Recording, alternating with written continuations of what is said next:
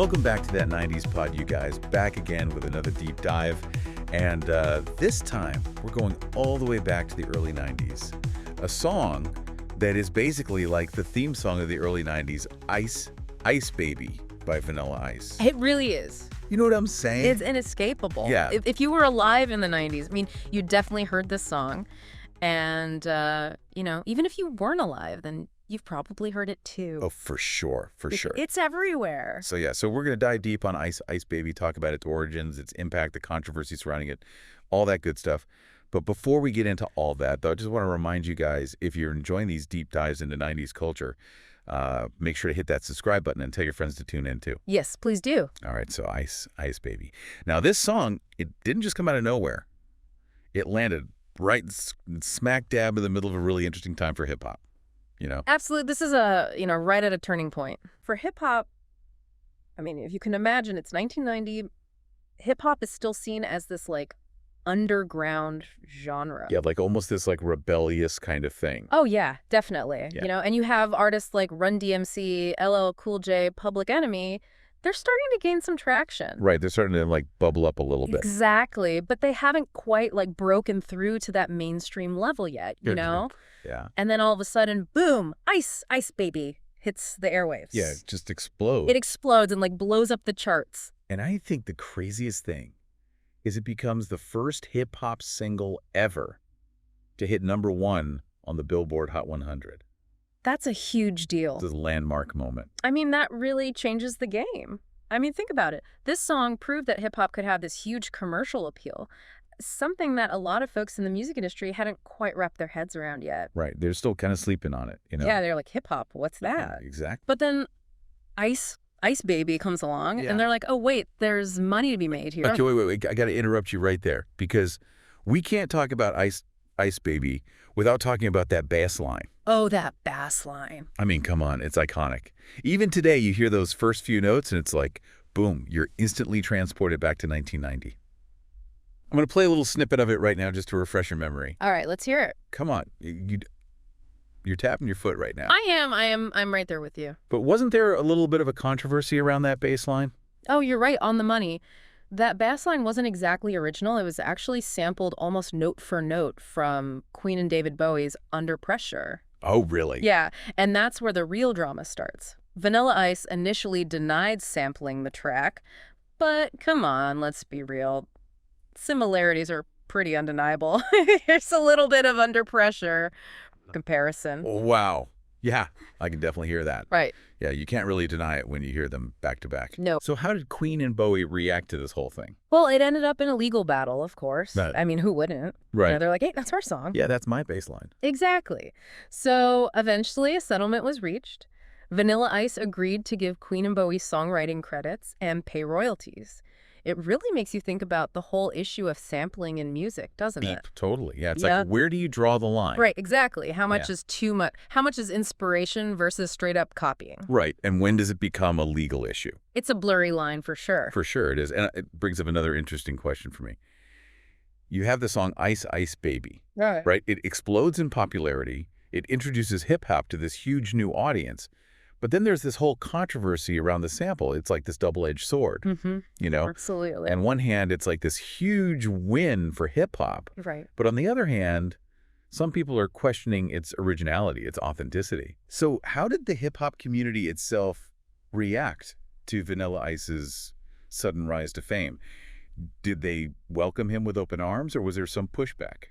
It was definitely a mixed bag, to say the least. You got to remember, this is a genre that was still defining its identity, Right, it was still finding its footing. Exactly. And for some people in the hip-hop community, Vanilla Ice's success was huge. It was like, oh, wow, hip-hop has broken through to the mainstream. This is our moment. Right, it's like validation. Yeah, exactly. But then for others, especially artists who had been grinding in the underground scene for years, putting in the work. The OGs, yeah. The OGs, exactly. They saw it as kind of a betrayal. Interesting. They felt like he was appropriating and commercializing a culture that came from a place of struggle and authenticity, So to them, it felt like he was kind of like a sellout. In a way. Yeah, there was definitely that sentiment. Like he was taking something that was really meaningful and important to them and turning it into this pop commodity. Yeah, exactly. And it sparked a lot of debate within the community about what it meant to be a real hip-hop artist, Like they were questioning his street cred, his Yeah, authenticity. absolutely. And it's a debate that continues to this day. Right, like what makes a hip-hop artist legitimate? Right. Is it about where you come from, your background, your message, or is it about your commercial success? It's a really interesting question. Yeah, it's a tough one, and I don't think there's an easy answer. Right, because the reality is it's probably a combination of all those things, Yeah. you know? Exactly. But at the time, it felt like Vanilla Ice kind of became this lightning rod. He did. Like you couldn't deny his popularity. And he was everywhere. But there were definitely questions about whether he truly represented hip-hop. And that tension, that debate about commercial success versus artistic integrity, it's something we still grapple with in music today. Oh, for sure. I mean, think about it. Can an artist achieve mainstream success while staying true to their roots, or are those two things inherently at odds? That's a really good question, and honestly, it's something we could probably talk about for hours. Oh, yeah, definitely. But for now, I think we should probably zoom back in on Vanilla Ice himself. I mean, this guy was everywhere. MTV movies, like Teenage Mutant Ninja Turtles the second. He was a full-blown pop culture phenomenon. He was a bona fide star. For real. For real. And that level of visibility, whether people liked it or not, it definitely had a huge impact on the music industry. Oh, absolutely. There's no denying that. So let's unpack that a little bit. How did Ice Baby and Vanilla Ice's fame change things for hip-hop? Did it pave the way for other artists to cross over into the mainstream? Well, think about it. You have this massive hit topping the charts, and it's a hip-hop song. Right. It's like the world had never seen anything like it before. Exactly. And it sent a shockwave through the music industry. It's like all of a sudden record labels realized, hey, that there's money to be made in hip-hop. Yeah, it's like they're like, oh, wait, this isn't just some fad. This could be big. Exactly, and that's exactly what happened. Suddenly, record labels started investing more heavily in hip-hop, which led to an explosion of new artists and styles in the 90s. It's like Ice Baby opened the floodgates. It did. It really did. And think Yeah. about MC Hammer, for example, who had a very pop-influenced sound similar to Vanilla Ice. He followed in those footsteps and proved that hip-hop had staying power in the mainstream. Wow, I never really thought about it like that. Yeah. But you're right. Vanilla Ice's success kind of laid the groundwork for artists like MC Hammer to come in and have these huge crossover hits. It's a direct line. It's amazing when you think about it like that. It really highlights the unpredictable nature of how cultural movements evolve. Sometimes it takes an unexpected catalyst, something that shakes up the status quo to open doors for broader change, and love it or hate it, Ice Baby was definitely a catalyst. Yeah, it's like it forced the music industry to take hip-hop seriously as a commercial force. Yeah. And that had ripple effects for years to come. It really did. It changed the landscape of music. Okay, mind officially blown. We often talk about the pioneers of hip-hop, but I never really considered Vanilla Ice as part of that conversation. But maybe he should be, even if it's in this unexpected roundabout way. It's a fascinating perspective, isn't it? It really is. And it brings up the question, how do we as listeners, as fans of music, reconcile these complicated legacies? How do we acknowledge both the positive and negative impacts of an artist's work? It's a great question, and it's something we're going to be exploring more in the rest of this deep dive. We're going to dig even deeper into the legacy of Ice Baby, exploring its lasting impact, the evolution of Vanilla Ice himself, and that big question, how should we view his place in hip-hop history? It's going to be good. Oh, yeah, it's going to be juicy. So stick around. We'll be right back after a quick break. It's really interesting how Ice Baby, despite, all the controversy, has become this enduring symbol of the early 90s. It really has, you hear that song today. Yeah.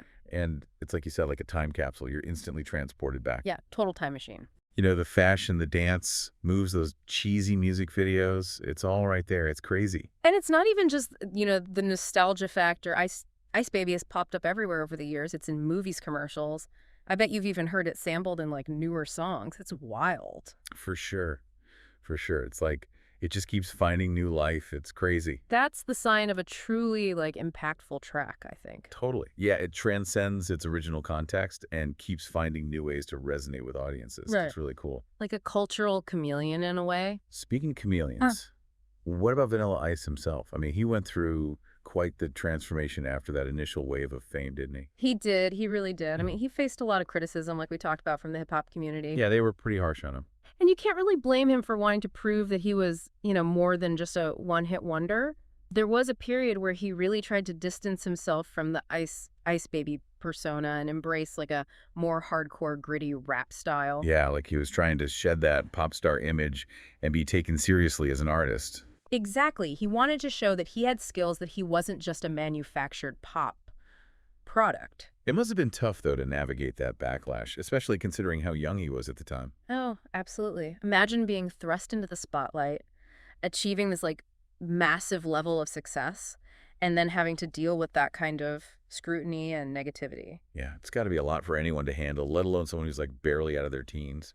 It's no wonder he felt the need to like reinvent himself, you know? Totally. And you know what's interesting is even with that reinvention, he couldn't completely escape Ice Baby. It's like his musical shadow. That follows him wherever he goes. Yeah, exactly. It's always there lurking in the background. And that's what I find so interesting about his career, even when he tried to move in different directions. He couldn't outrun that massive hit. It's the song that made him and the song that he could never quite escape. Right. And you know what? Instead of fighting it, he eventually embraced it. And that led him down a truly unexpected path. Here's where things get really interesting. Okay, tell us what happened to Vanilla Ice after the music scene, because last time I checked, he wasn't exactly dropping hip-hop albums. This might surprise you, but Vanilla Ice found a new passion. He became a home renovation expert. Wait, what? From rapper to house flipper? That's Ah, quite a leap. I know, right? But he took that unexpected turn and ran with it. He even started his own reality show called The Vanilla Ice Project, where he renovated and redesigned homes, and guess what? It became a hit. Are you serious? People were actually watching Vanilla Ice renovate houses? They loved it. People were fascinated by this new side of him. It was like he had this whole other skill set that no one knew about. That is wild. It's like he completely reinvented himself again. He did. He really did. And I think it speaks to his resilience and his ability to adapt, you know. Totally. It's like he was like, okay, music might not be working out the way I planned, but I'm going to find something else I'm passionate about and make it work. And he found success in a completely different field. It's pretty amazing. So what do you think? Is there a lesson here for all of us? Maybe a message about embracing change and not being afraid to try new things, even if they seem completely out there? Absolutely. I think Vanilla Ice's story is a testament to the fact that our paths aren't always linear. Sometimes the most fulfilling journeys are the ones that take unexpected detours. He could have easily faded into obscurity, clinging to that Ice Baby fame, but he didn't. He embraced a new passion and found a whole new audience and a whole new level of success. It's actually really inspiring when you think about it. It shows that even after facing setbacks and criticism, you can still find ways to reinvent yourself and connect with people in different ways. Who knows? Maybe there's a hidden home renovation guru lurking inside all of us just waiting to be unleashed. Maybe so. But for now, let's get back to Ice Baby. We've talked about its impact, the controversy, and Vanilla Ice's journey. But there's still this big question looming. You know, how should we view this song and Vanilla Ice's place in hip-hop history? It's a question that continues to spark debate even decades later. It's a tricky one, right? Because on the one hand, you can't deny the impact Ice Baby had on popularizing hip-hop. It introduced the genre to a massive audience, and that paved the way for other artists to follow. Yeah, it was a gateway drug to hip-hop for a lot of people. Right. But on the other hand, there are those valid criticisms about authenticity and appropriation. You know, some argue that his style was a watered-down, commercialized version of hip-hop, lacking the depth and social commentary of artists who came before him. Yeah, and it's important to acknowledge those criticisms and have those conversations. Totally. And it raises a question that we've touched on before. How do we reconcile the commercial success of an artist with concerns about cultural appropriation and the representation of a genre? It's a complex conversation, and I don't think there are any easy answers. You're absolutely right. It's not a black and white issue.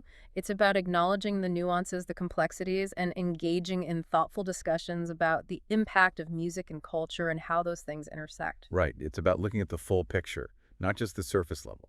Exactly. And sometimes those discussions start with a song as seemingly straightforward as Ice Baby.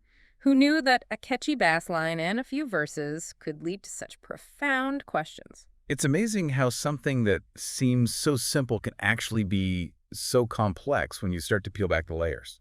It's a testament to the power of music to spark conversations and challenge our perspectives. And in the case of Ice Baby, it's a reminder that pop culture, even at its most seemingly frivolous, can be a reflection of deeper societal currents and raise important questions about identity representation and the evolution of art forms. I think that's a perfect place to wrap up this part of our deep dive.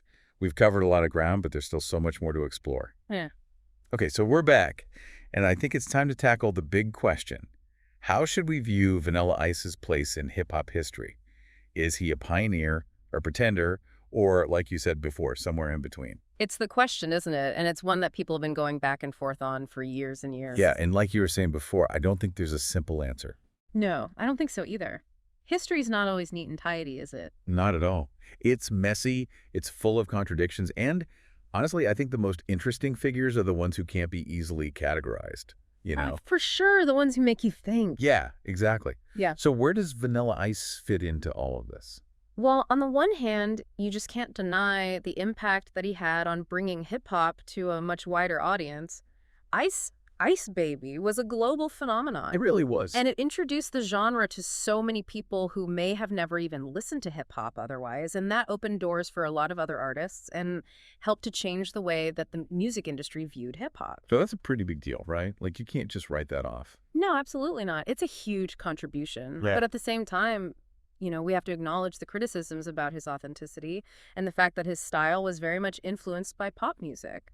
Some people argue that he benefited from a culture that wasn't really his own. Right, and that his success came at the expense of artists from marginalized communities who were the real innovators of hip-hop. Exactly, and those are really important points to consider. It's complicated. Yeah, it's like he was both a product and a symbol of the complexities of cultural exchange and appropriation. But does that mean that we should just completely dismiss him and his impact? I don't think so, no. I think it's more about understanding the historical context. Ice Baby. It came out at a very particular moment when hip-hop was just on the verge of breaking into the mainstream. Right, it was like right on the cusp. Exactly. And Vanilla Ice, he may not have been the most authentic representation of hip-hop, but he was definitely a part of that crucial moment, and his success helped to propel hip-hop into the spotlight. So maybe instead of trying to label him as either a hero or a villain, we should just acknowledge that he played a complicated role in the history of hip-hop. I think that's a really good way to put it. It's not about black and white. It's about recognizing the nuances. Right, exactly. And I think his story also highlights just how important it is to really listen critically to music and engage with it on a deeper level. It's not enough to just enjoy a song. We should also be asking questions about where it came from, what influenced it, what's its impact on culture and society. Vanilla Ice's career. It's a good example of how even something as seemingly simple as a pop song can raise all these important questions about race and identity and representation. Couldn't agree more. It's a reminder that music, it's more than just entertainment. It's a reflection of who we are and the world around us. And that even the seemingly fluffiest of pop songs can connect to these deeper issues. Absolutely. Sometimes you find those connections in the most unexpected places, and that's what makes exploring music and culture so fascinating. So I think it's safe to say that Vanilla Ice and Ice Baby, they're more than just a footnote in music history. Definitely more than a one-hit wonder. Yeah, exactly. There's a lot more to unpack there, and it's a story that still resonates today. His career really makes you think about cultural appropriation and artistic authenticity, and those are conversations that we're still having today in music and in all forms of art. And it's a good thing that we're having those conversations. It's important to be aware of these issues and to think critically about the music we consume and the artists we support. Well said. And that's what we're all about here at That 90s Pod. We're all about digging deeper into the music and the culture and the moments that defined a decade. And we're so glad that you joined us for this deep dive into Ice Baby. If you enjoyed this episode, be sure to subscribe and share it with your friends. We'll be back next time with another fascinating exploration of all things 90s. Until then, keep those 90s vibes alive.